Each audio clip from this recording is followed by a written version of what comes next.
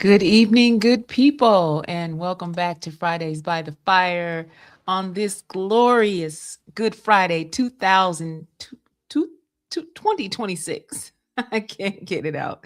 It's so good to be back with all of you. I am Sandy Best Life Jones, and it is Friday. Thank God. It's been a long week, and the weekend is about to be even longer, and next week will be long too. But thank God I have the strength and the stamina to do what I need to do. I'm so grateful to be with you tonight, actually live with you. It's not pre recorded tonight. Wanted to do something a little bit different. And so tonight's episode is live. So make sure you talk to me in the chat so we can converse while you're listening tonight. So tonight's episode is called Stop Digging Up in Fear What You've Planted in Faith. And I was thinking about something the other day, and that's where this topic came from. I was thinking about when I was younger, like in my 20s and my 30s, and I was just so good at talking myself out of doing things. First, I would hype myself up about what I wanted to do. It could be anything. It was usually a diet, but I would get all excited. I would tell my baby girl Latay, because that's who I tell everything to, what I was going to do. And I was all giddy. And then right before it was time to do it, I started doubting that it could be done, especially when it came to my health and, really taking my health seriously and getting in shape the way I needed to. I would always figure out a way to talk myself out of it. Even though I think it was that I trusted that God could help me do it, but I didn't trust myself to keep my word to myself. And that's how I ended up talking myself out of doing it. And I did that a lot in my 20s and my 30s. And then when I reached my 40s, and I got stronger in my faith, my spiritual life was stronger, my connection with God was stronger. I began to understand Him better and how uh, this faith coupled with action is how you get things done in your life. I started to understand that a little bit better. But it took me getting into my 50s to really demonstrate that, to really demonstrate, okay, now I understand. It's one thing to believe you can, it's another thing to trust God enough to step out in faith and do what it is that you need to do. And it's a whole other thing not to dig up in fear what you have planted in faith. And that's what we're going to talk about tonight. So I want to ask you something. Have you ever prayed for something, believed God for it, even stepped out on faith, and then maybe a few days later, you start feeling a little bit anxious, you're overthinking, you're second guessing yourself, you're wondering if it's going to work, you're wondering if you should have even tried to make it work? Mhm. Yeah, tonight's message is really simple, but I'm going to challenge you. I'm going to challenge you to stop digging up in fear what you've planted in faith. So let's jump right in with point one. And I'm calling point one the seed principle. And this is why. When you plant a seed, you don't expect to see the fruit of that seed the next day. No, it goes underground first. And there is a season. If you ever planted a garden, you know what I'm talking about. There's a season where it looks like nothing is happening. There's no movement, there's no progress, there is no evidence that you ever put that seed in the ground. But underneath the soil, there's development. The roots are forming. The structure is building. Life itself is taking shape in a place that you cannot see. And that is exactly how faith works. You prayed, you trusted, you planted something with God, But now, because you're not seeing the immediate results, you are tempted to go back and keep checking on it. It's kind of like, planting apple seeds because you have this desire to have an apple tree in your backyard. So you plant the seeds. You put the soil over the seeds. You water the seeds. And then the next day you go back looking for a tree. Who would do that? Who would do that? So why do we do that when it comes to the things that we're praying about, the seeds that we've planted and that we've asked God to water? Why do we go back and dig it up? I'll tell you why. I can tell you why I did. It's because I was scared. I was digging out of fear that it wasn't going to come to pass. And I've learned in my almost 58 years of life to just plant the seed and let it go. But it took me a long time to get here. And so I know there are some of you watching right now who are not where I am yet. Well, I just need you to know that I used to be where you are. So I know what that's like. I know what it's like to doubt that you are capable. Even though mama said you were capable, and the people in your life that love you tell you you're capable, maybe the people on your job tell you how capable you are. If you don't believe it, that capability will never manifest. That belief has to start in you.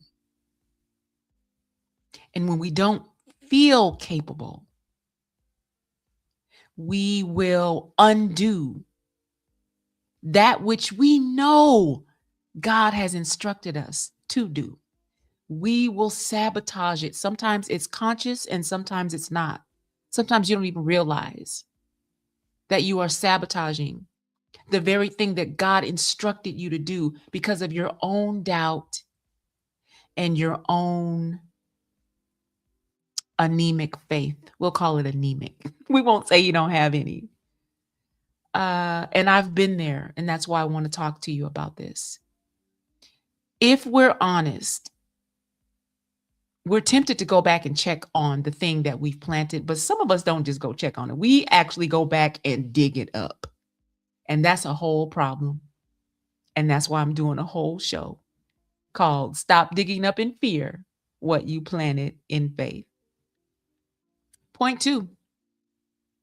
What does digging it up really look like? So let's make this real. I want you to have a visual in your mind. So digging it up might look like constantly checking your phone, over analyzing every interaction, talking yourself out of what you were once excited about. I have done that a million times. Starting something, then stopping, then starting again. Asking God for direction, then ignoring it when fear starts to creep in. I've done it. It's when fear makes you interfere with what faith already set in motion. That's what it means to dig up in fear what you planted in faith. I want to say that again. It's when fear makes you interfere with what faith already set in motion. You planted that thing in peace, but you're managing it in anxiety. Your anxiety is driving the bus. And that's why you're over there trying to dig it up. You haven't quite learned yet what it means to give whatever it is to God and trust that because it's in His hands, it will do what it is meant to do.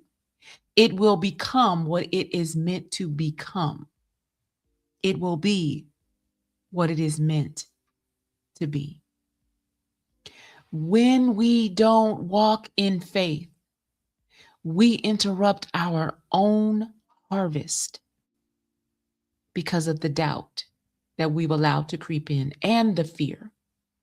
Sometimes fear looks like, if this really happens, people are going to be looking at me. I might be more visible than I'm comfortable with.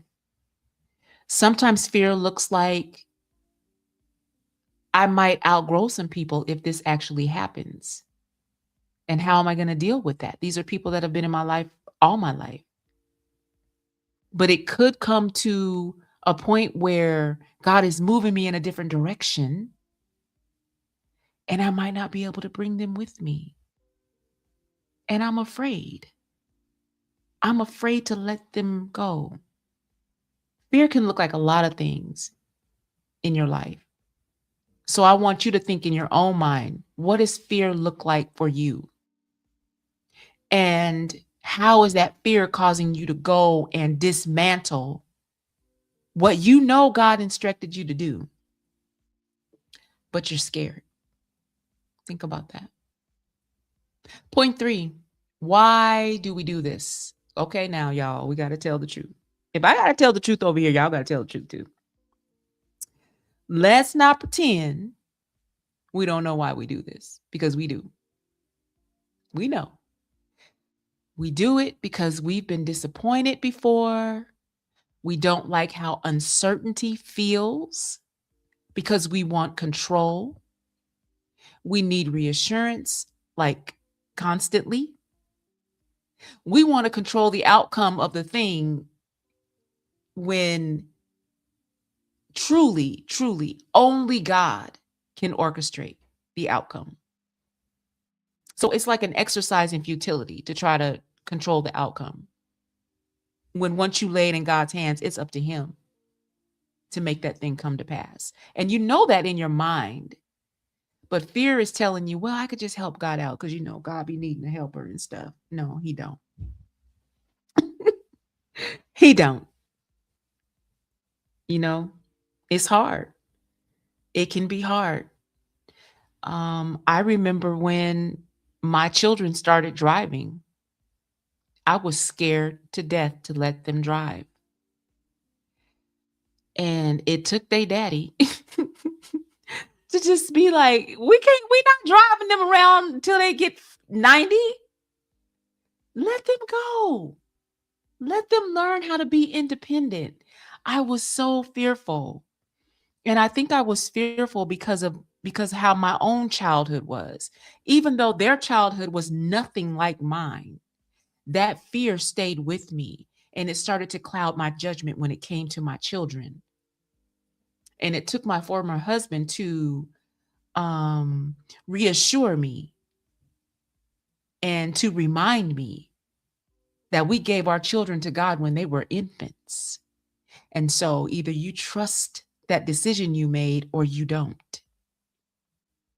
And it took me some time, but I finally learned how to allow my children to start to develop into the well-rounded, well-adjusted, kind, empathetic, hardworking adults that they are today. It took me time. It took a lot of prayer because of the residue of the fear that I was carrying from my own childhood. I almost stifled the growth, the natural evolution of my children. So I know what that's like. I know what that feels like. And I'm so thankful to God that He healed that part of me that wanted to shield them and shelter them from growing up because they needed to grow up. They needed to evolve. They needed to learn how to be independent, self sufficient adults, just like they are today. Sometimes fear says, what if this doesn't work out? Or what if this ain't it? What if I miss God? But faith, mm-mm. Faith says, Lord, I trust you. And I know you're caught between what you believe and what you feel. But let me say this very clearly. Fear will have you managing what God told you to release to Him. I'm going to say that again. Your fears will have you trying to manage what God told you to release. You will get so used to looking like you're just hanging on a cliff, white knuckling everything. You can get used to that. It can become a habit to think that everything has to be difficult. Even for women of faith. Come on, y'all. It can feel like everything is supposed to be like you just barely make it. That is not God's best for us. It is not. That happens when fear has you managing what God told you to release to Him. That's where that comes from. Well, let's get some scripture to anchor all of this. We're going to look at Galatians 6 and 9, and it's in the Message Bible. It says, "So let's not allow ourselves to get fatigued doing good. At the right time, we will harvest a good crop if we don't give up or quit." Notice it says at the right time, not your timeline, not your schedule, not your comfort zone, but God's timing.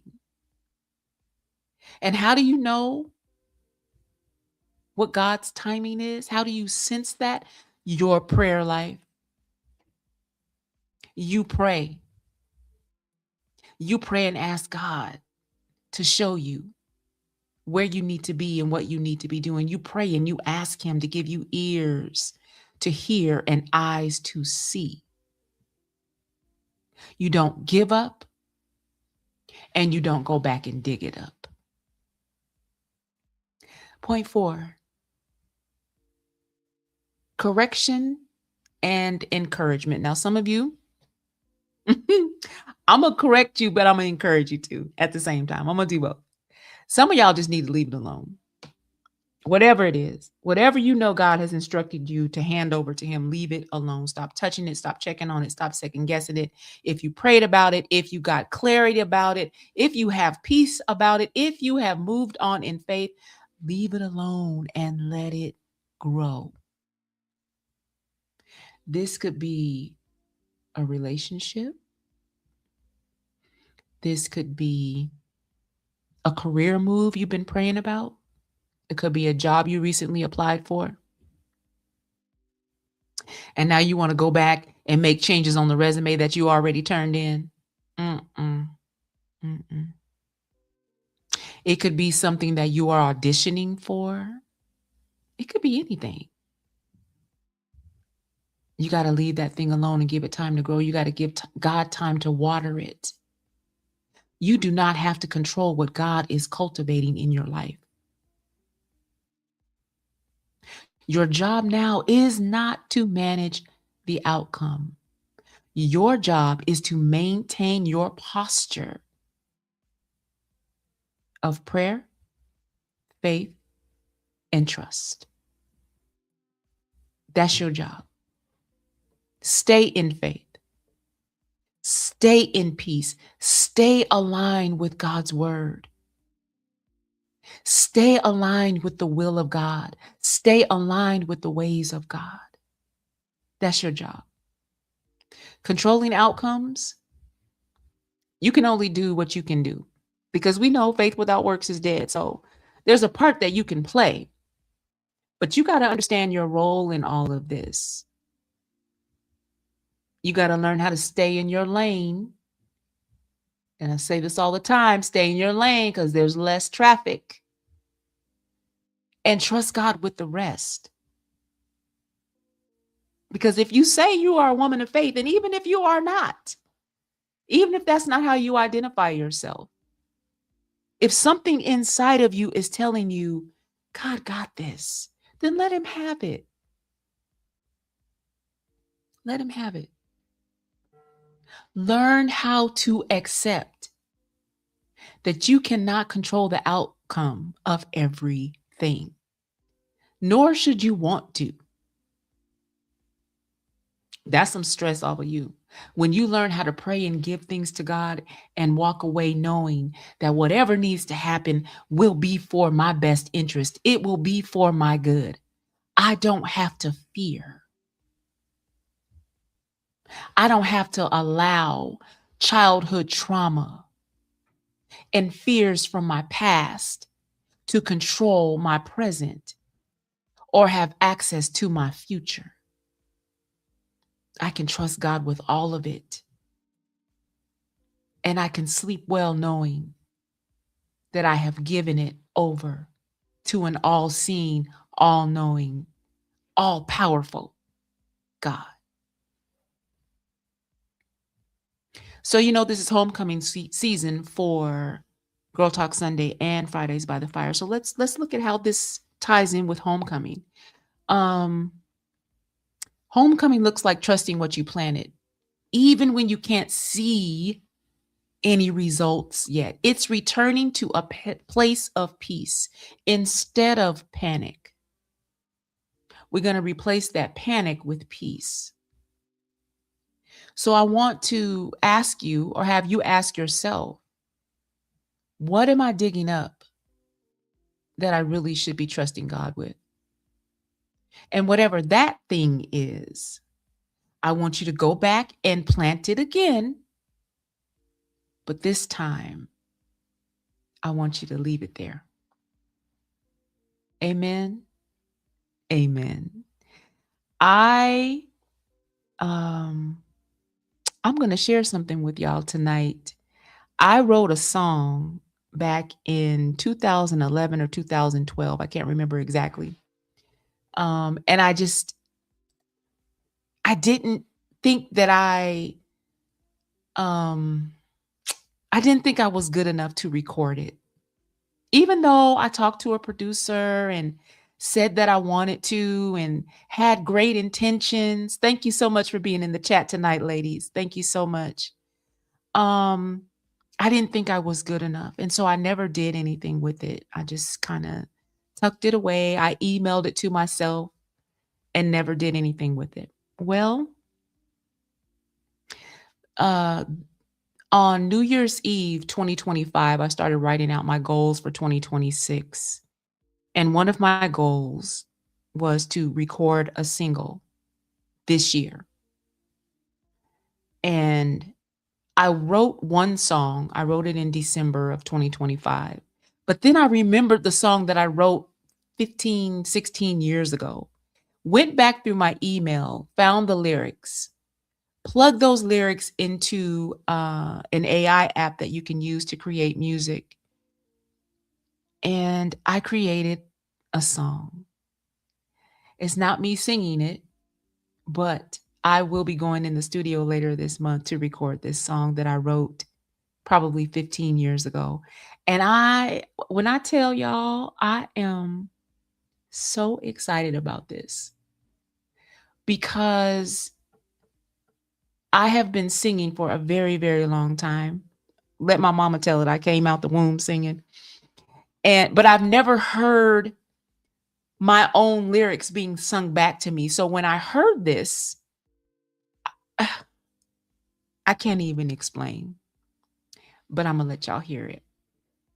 This is the song that I wrote, and I'm going to close out the show tonight with this song. And on April the 26th, my 58th birthday, I will be in the studio with super producer, Mr. Michael Cole, recording my first single. I'm so excited. I can't wait for y'all to hear it in my voice. The AI sounds good too, but she ain't got nothing on me. I'm so excited. So thank you for joining me tonight for Fridays by the Fire. I want to close the show with this song written by yours truly.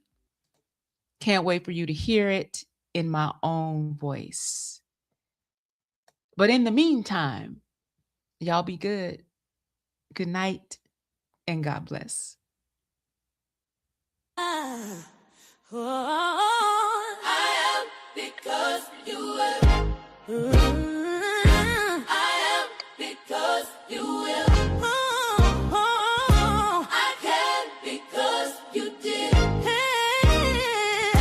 I am because you live. There is no one like you. Love for me forever true. Glory to your name. Oh, I am not the same. I've been changed. Heal my heart. No more pain. No, I'm not the same. I've been changed. I made a decision. I'm making a change. And I'm not gonna worry.